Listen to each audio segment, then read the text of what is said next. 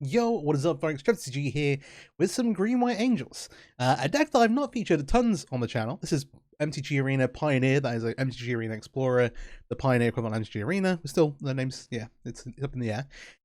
Angels isn't a deck I've covered a ton, and it's not a deck that changes very often.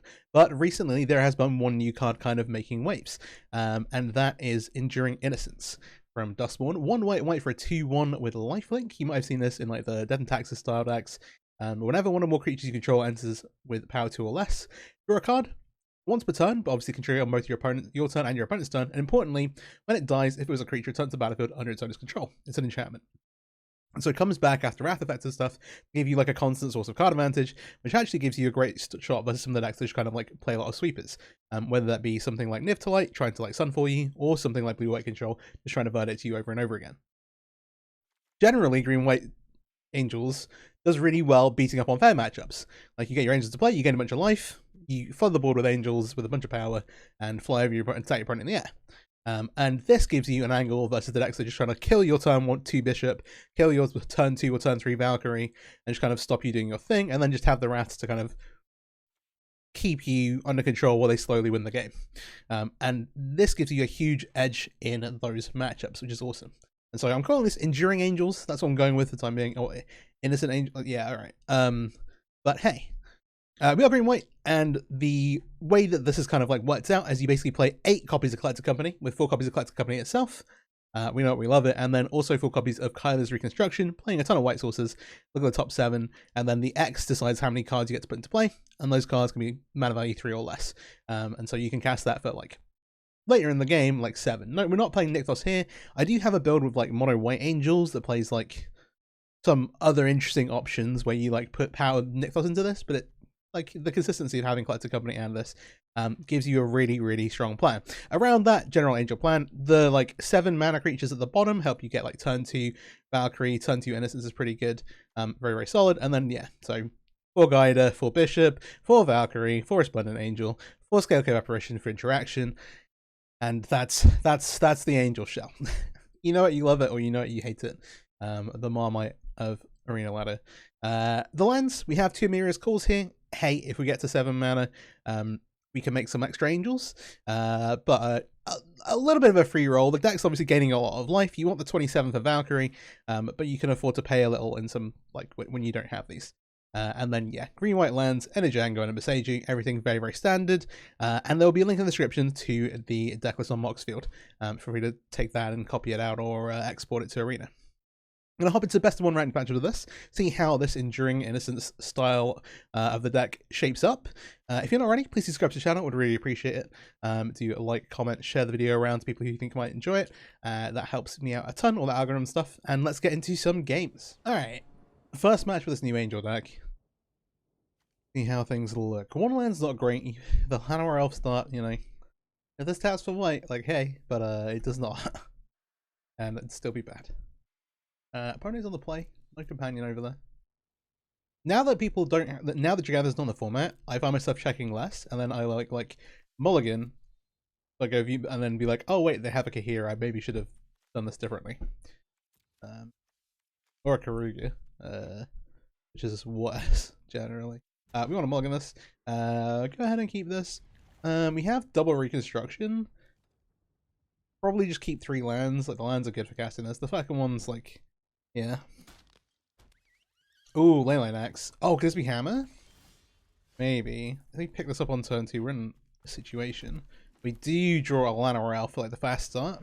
This is really nice because it means that the 4th land, if we draw it, will mean that we can cast Reconstruction for 2. And we have like, alright, they're on a slowish hand here. Maybe not. Maybe more likely to be like some weird version of the Colossus deck. We have the extra elf, but we'll Bishop of Wings here. Try and play to our best case scenario, just get the Valkyrie down, and then look to recon. Drawing again, Joe. I got a light, so it does matter a little bit here.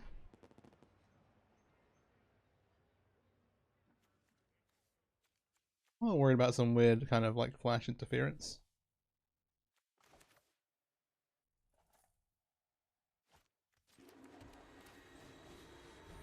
Go ahead and cast Valkyrie first. Alright. I'm going to swing with this because they've done nothing here.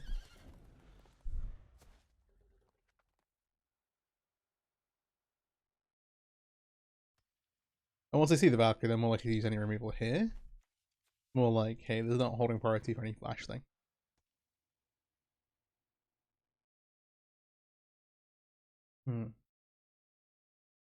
Yeah, so like, given these cards, I would be looking in red-white at some kind of hammer build. But especially with a well, as a hardcast Leyline Axe didn't play anything else, it might be some version of Water Colossus. So here we have the reconstruction, but we're probably better off spending our turn attacking, getting the 2 elves into play, and looking to reconstruction next turn. That way we can cast recon for the maximum amount. They have the Metacraft. This too is for an artifact. I'm just curious to what's going on here. Okay, they are playing red-white Colossus. And so we can die to this. I mean, while we can cast this, it is better for us to just cast Reconstruction and gain enough life so that they can't kill us with the Colossus. The Colossus is a 10/10. This gives plus almost 1 double strike and trample. Which means we can't block in like a meaningful way. It is possible. We get to look at 7 cards here. It is possible we miss. That would be rough. Okay, we got Enduring 3, and we got 3, so we get the as well. The Valkyrie in particular with the Bishop gives us a lot of insurance versus the Colossus kind of quote-unquote combo, to the point where we'll attack in the air here. While we have Enduring Innocence, which is lifelink, it is not likely that we have a great way to actually block, because this will get double strike. It depends if they want to, how they want to do this, and whether they have some other effect. So we should put something in front of it. Obviously, taking 22 is not the best, but I think we leave the. You just sacrifice an elf off. We don't have. It's worth saying they're on 12. So I'm actually going to block with quite a lot. We are going to lose power here. If we take 10, you go down.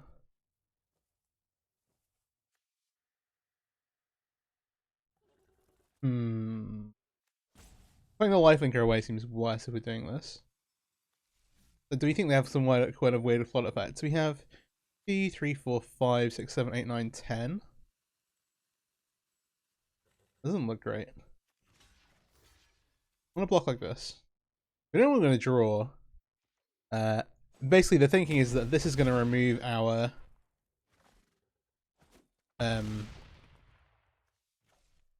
our 27 life total, which is giving us a bunch of power across the board here. Okay. We drew Apparition, which is nice, but not perfect. So we can Apparition, Exile and Axe, Apparition, Exile and Axe. We're not getting life back up of these. This will stop us dying, hopefully. We also get a draw here. Maybe we can find an angel. Oh, I wonder if they have something else.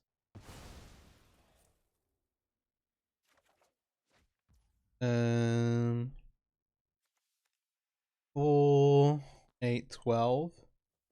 That's super close. That's not actually the 27 that we need, right?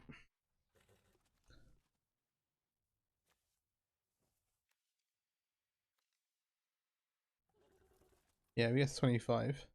I think we're better off actually just denying them the leyline axes for trample.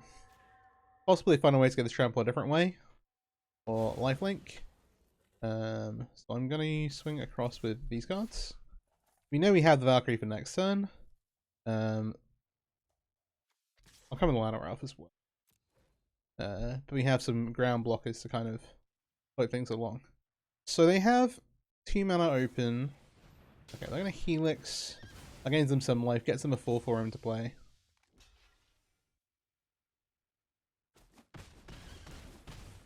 Okay, we still gain some life back off the Endurance. Again, it does come back as well as an enchantment. They're gonna block like this. Do they have a way to get trample? I'm just gonna block the Colossus with the Apparition. Oh, they have an Ember Cleave. Well, this does look bad.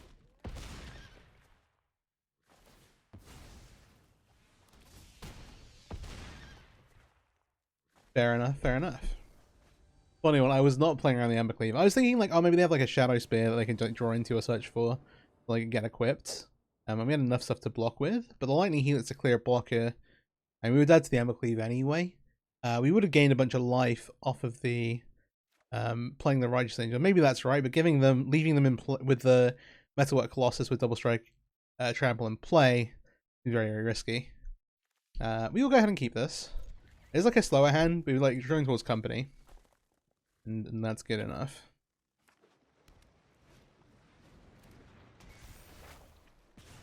Alright.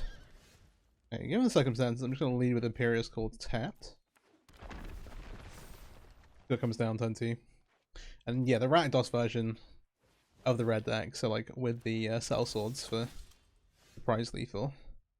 Guide is cute, but getting the bishop down is probably the best plan. I'm gonna work out if I want to take 2 here or have the Aganjo for later.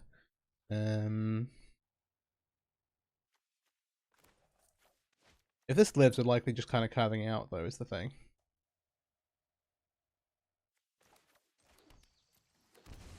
We can make a decision on the Aganjo at a later point.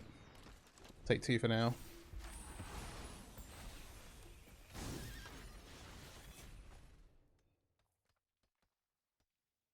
They are on 1 land.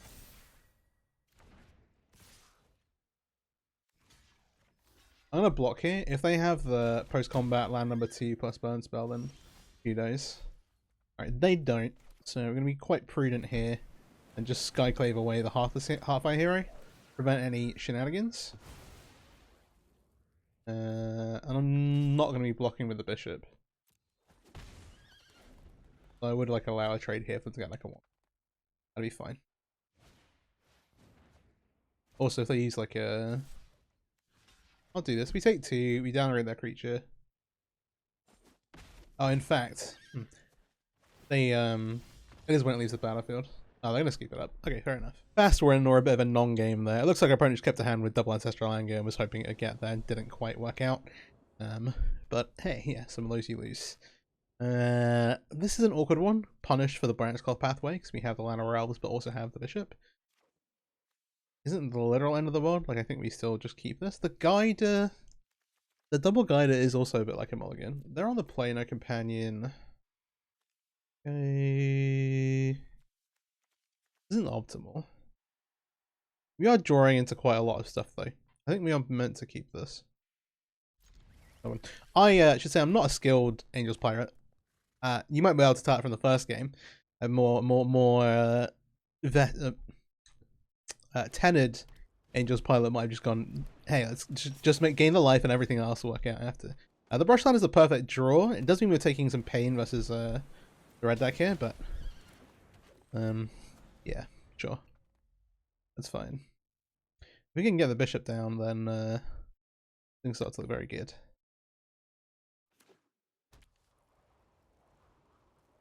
Sorry, my voice is a bit nasally. I have a bit of a cold. What we got? Oh, the Spikefield Hazard. Okay, boom. Value. That's fine. Okay, the planes also means to get to hold on to the castle. We'll make bishop here, and then lead with the Guarders. It's hard for them to just out this by itself. The Soulscar Mage does help with that, potentially. But then we can like get some guaranteed life here, and if they kill the Guiders, we get some tokens off the back of that as well. They're also troublesome for them. Show off into attack. I think at this point we say like blocks, see what we have. This could be nothing, but interesting. So this looks like blue-red wizards. A little different than your typical mono-red deck or the black-red deck that we played against previously. Yeah, they have the play with fire, so we blocked with our bishop is dying. That is going to be a lot of damage to our face as we go to 9. But hopefully going to get to gain some of that back. We'll see. Nicely, Guider can also... The third one is maybe too much. I'm going to play this on green. Okay, got this here. Cast Guider. This can threaten to trade with the show off, which is nice. It may well not get to do it, but we're still going to put the block there. Like, if they monster trades to show off, then we have to kind of deal with that. Now they have less spells in hand. I think not attacking with the Bishop of Wings is something of a deterrent to them attacking with the Soulscar Mage, even if they can just do it. So we'll see. Ooh, of one mind. Some value. Blue, draw 2 cards. This is like one of the incentives for playing this like blue build. Alright, I'm gonna burn actual burn on Garda. I mean, we might die here. As possible.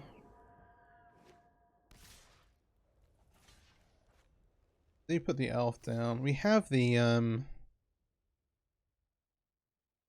if they have monstrous rage, we take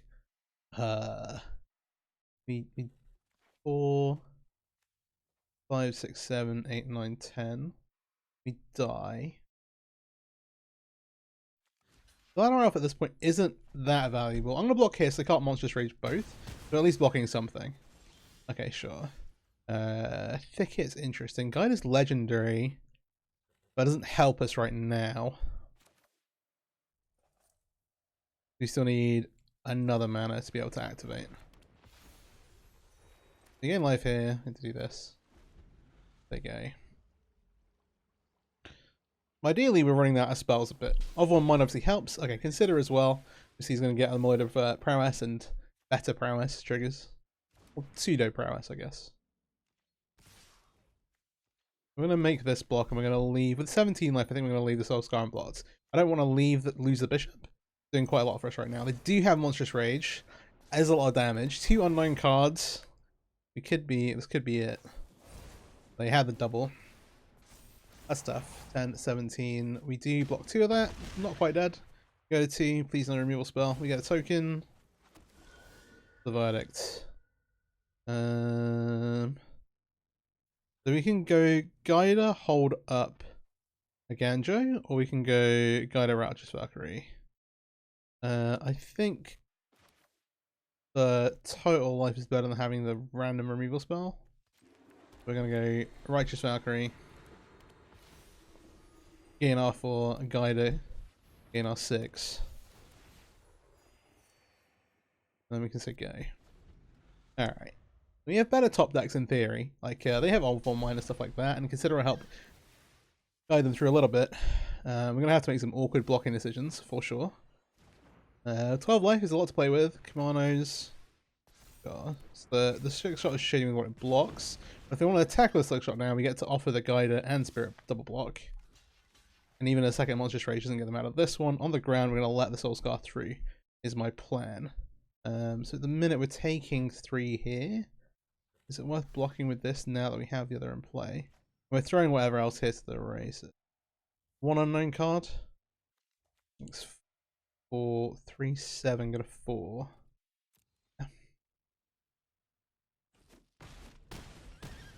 At some point we have to be like, I've got to have lost some resources, hopefully. And then we've got a lot of really good top decks. They have double Ramanap, which is pretty rough in general. This has got one more turn before it comes off. We put the Innocence into play. I think we're on such low life. You're trying to think about closing the game out, and I think that potentially bad.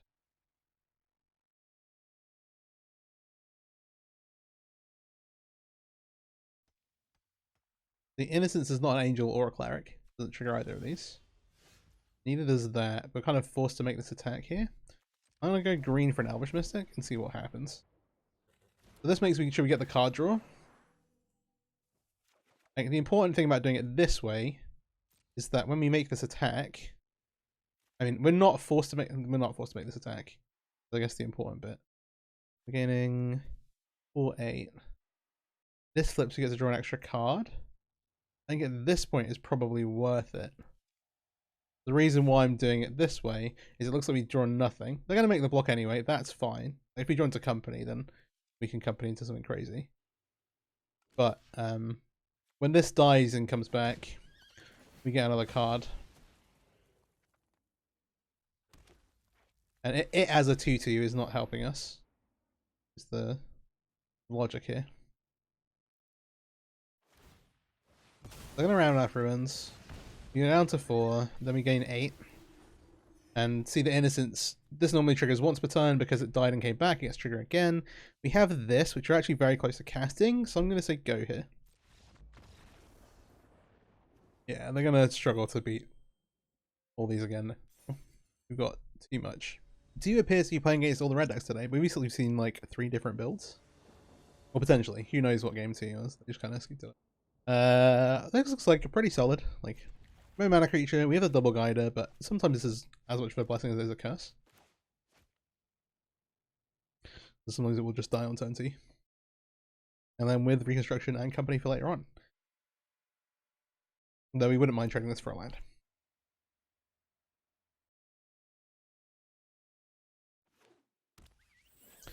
Mono green. Oh golly. Holding the pathway for as long as possible, because we don't want to play it on green unless we absolutely have to. They have the Mystic. If they have the turn 2 Nykthos, we are in a lot of trouble. I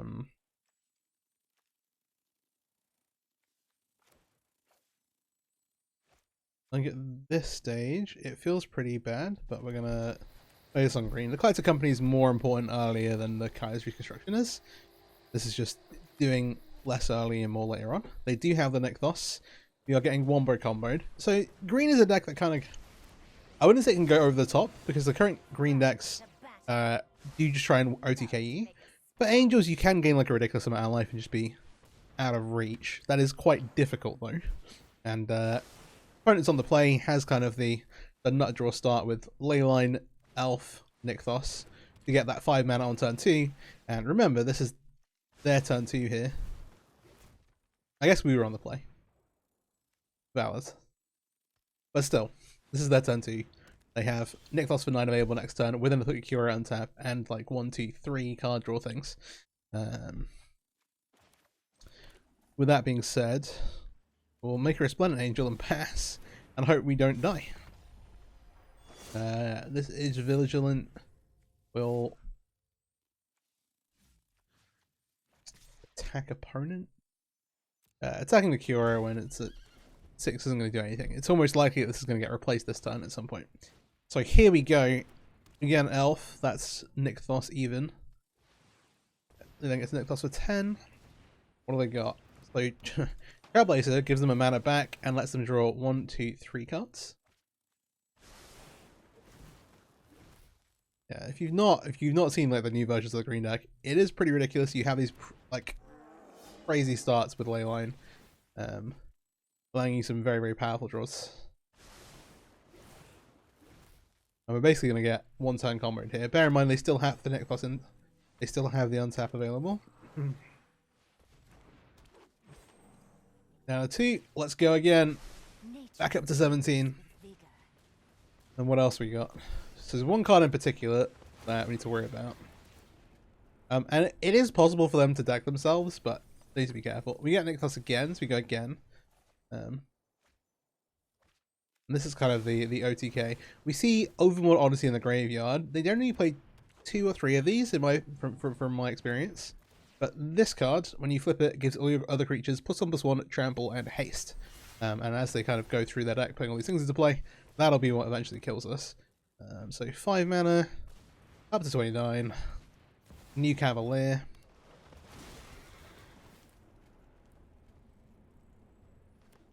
We see another Odyssey in the graveyard here.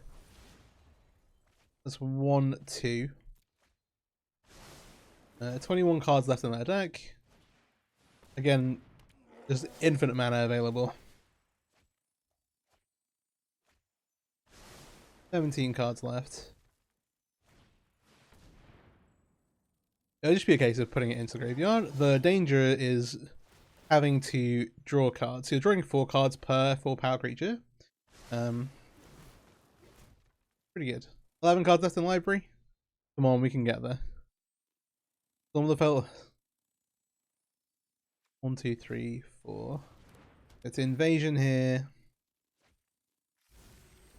That's not even what Odyssey. That'll come into play. They could just have it in hand, but I'd have just played it and activated it at this point. Alright, another invasion. What we got? That's an Old Growth Troll. 9 cards left. This is kind of what I mean. They like quote unquote miss, but also the Cavaliers, obviously when they die will be able to get back stuff. Put Leyline into play, Leyline into play. Nykthos of 46.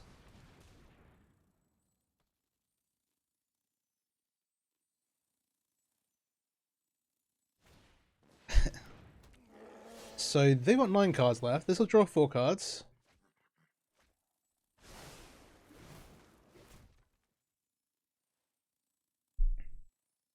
If they've not drawn it, I think they may only have 2 copies. If they have a third one, then we're dead. If not, they're just going to put all this stuff into play. The festival is dangerous.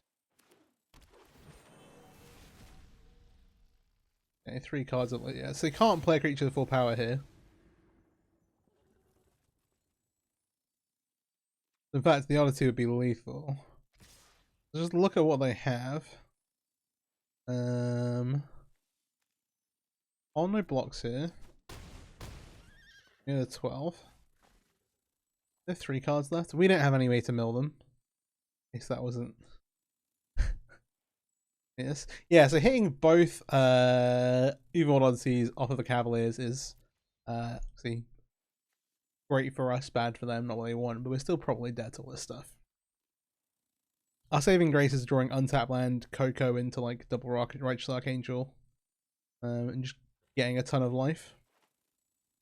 But that being said, they have 16, 26. Bunch of elves.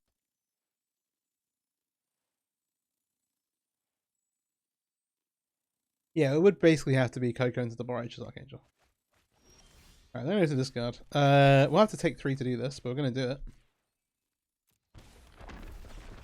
Ask Coco. What we got? We've got Righteous Valkyrie plus Bishop is not the literal worst.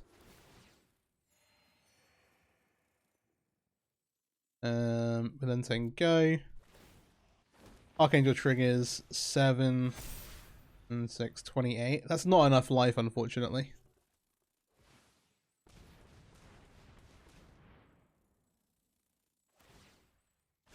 But we'll see. I guess this is like a really, really big layer of the Hydra. They have 100. This is 100. That over 0.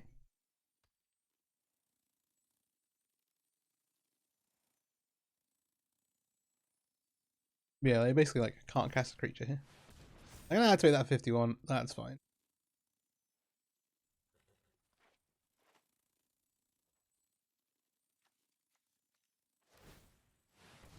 Oh, they're splitting it up. Ooh, clever. Yep. Yep. Again, they have 2 cards.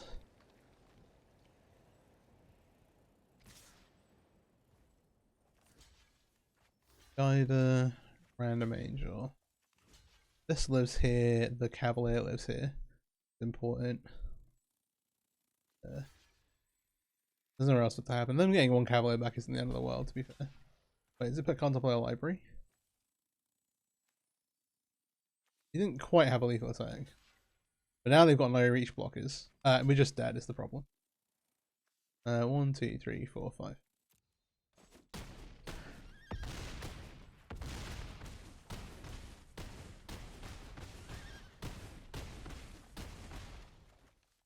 It is close. It is close. But yeah. Alright, last match here. I think that puts us at 2-2 overall. See how this ends up. Very solid hand, I think. Obviously, the doubles appear mirror score is awkward, especially if we're playing against red again, but who's to say?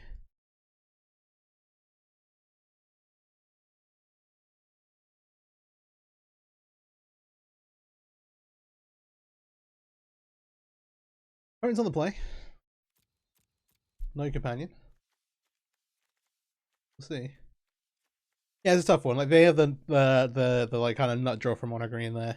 They even got quite unlucky, which gave us a little chance. But yeah, the double animate on the layer of the Hydra was actually really good, splitting that up. Kudos. Rather than having it as like a, oh, I'm gonna make a. The instinct might be to like make a big like 100 power thing. But I used the extra blocker up and that actually got them the win. We died at -4.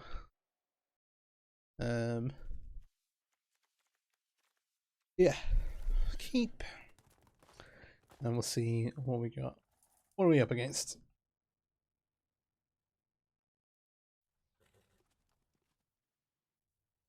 Obviously, red's very popular in the Arena Best 1 queue. I played against a lot of Niv to light recently as well. You maybe see a Yori in there. There are some 60 card builds, but I think the standard is to just play the 80. Have the full Bring to Light package with all the possible targets available. Also, okay. Red it is. There's a kimonos. Alright. Bonus elf. Interesting. Gives us some choices for turn 2. Oh well, not really, but kind of. We're still going to prioritize getting Bishop into play. It depends on what 2-drop they have here, or what set of 1-drops that they. Whisper. You got another one? No. Removal spell. 16.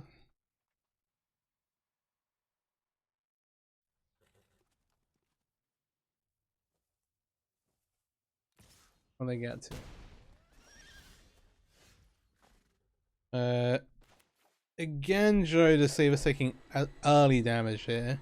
See what happens. Bishop.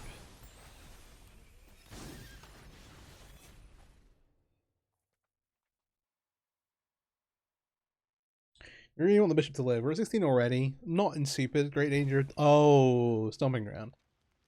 Either a Taka red or like splashing green for fools. Oh, we see them just face up the monstrous rage. And they've shocked here. A Taka's command would add another, well, that'd be 5, 11, 12, 13, 14. That's a 2.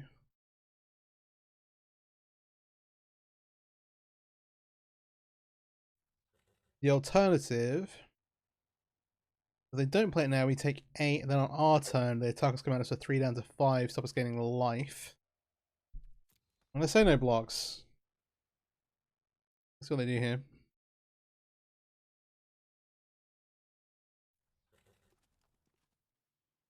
I don't think any reason why they would face up the monstrous rage. And I can't think of one. Particularly.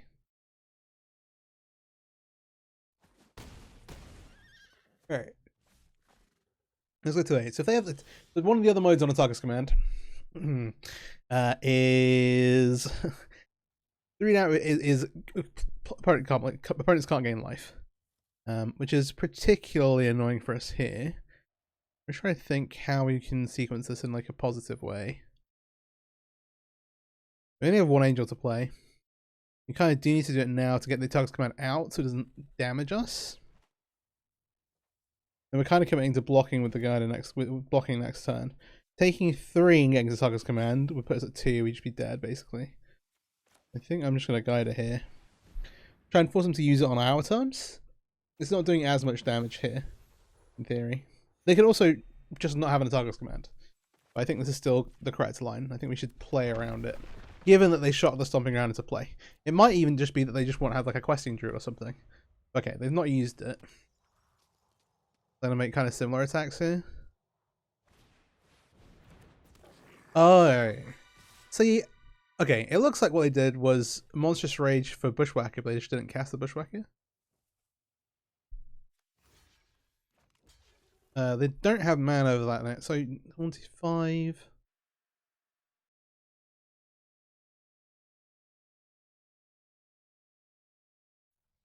I'm gonna block like this. What do they have? Monstrous Rage here is less damage, but obviously does kill the bishop. We know we've got backup bishop, but you also know we don't have any angels in hand. It's tricky. Unfortunately, it doesn't leave this alive. So now we're going like Bishop, Lana or Elf. Mirror is cool for next turn. But we're in a very precarious position. We still very much want to keep the Bishop alive. Guided now can be traded away. Get as a Spirit Token blocker, that's fine. But we're going to make at least one pretty poor block. If they have any actual spells, then we're pretty dead. Okay, the attack here is at least face up. Try to think if we can minimize damage. In fact, this should be here. This should be here. We take 2. These all trade away.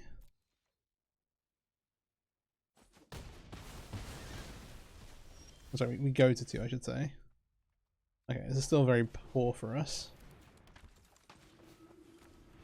Need to draw an angel stat.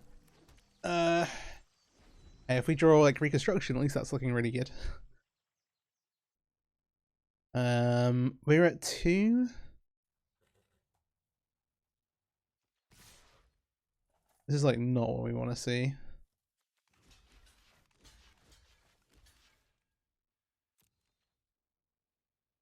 I'm double blocking the creature that already has trample. If we have monster trades, we're dead already. Alright, here, Manland. Oh gosh.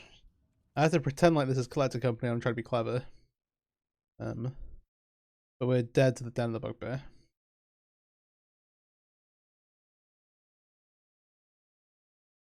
Yeah, so the wrong time to kind of draw back to back to back. Or back to back lands. Not back to back to back.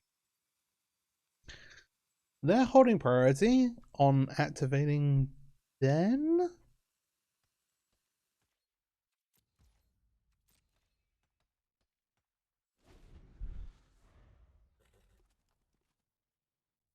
I don't think we can somehow Jedi mind trick them into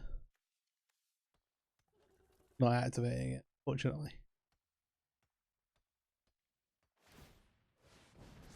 Yeah, we are unfortunately dead. Alright, and that'll do. I'll do a quick wrap up post game. Alright. That was the new kind of, well, newish Enduring Innocence build of Angels. It's really solid. Really like this and the like 2 sets of like Coco style effects in the deck. You keep the interaction with this Sky apparition. Everything else is like super clean. The 7 Elvish Mystics, so tempting to be like play 6 here. There were games when we drew them later on where they're obviously incredible on turn 1, but obviously abysmal on turn 10 at the same time. But kind of like in for a penny, in for a pound here. And when they're good, they're incredible. And so there's that. My recent experience with arena matchmaking has been I've been playing against like the same decks over and over again. Like I played like green white hate pairs in like 3 matches in a row trying to play Lotus Field the other day. But we actually played against 4 distinct versions of the mono red deck there. We played against mono red, we played against like the black red Rakdos kind of heroic style version of the deck. We played against blue red, playing into the Wizards theme, and we also played against like a Taka red. All in theory distinctly different decks, and all pretty sweet in their own right. So that's fair enough. The green loss is tough. Generally, Angels is really good into mono green, but the current version of the green deck is just has some very degenerate starts, so they just make 5 mana on turn 2, and you just can't do anything. And that's tough. It's annoying, but it's tough. It's something to look into. I've done a little bit with like the leyline versions of the green deck, and it's pretty stock at this point. With we even kind of got lucky in the fact they didn't hit. They actually accidentally ended up with both of their kind of like win conditions in the graveyard, but they just had too much stuff in play. I mean, nearly survived, but didn't quite. Anyway, hope you enjoyed the video. Please do like, subscribe, share the video around. This version of the Angels deck is awesome, and yeah, take care. Thanks for watching. Peace out.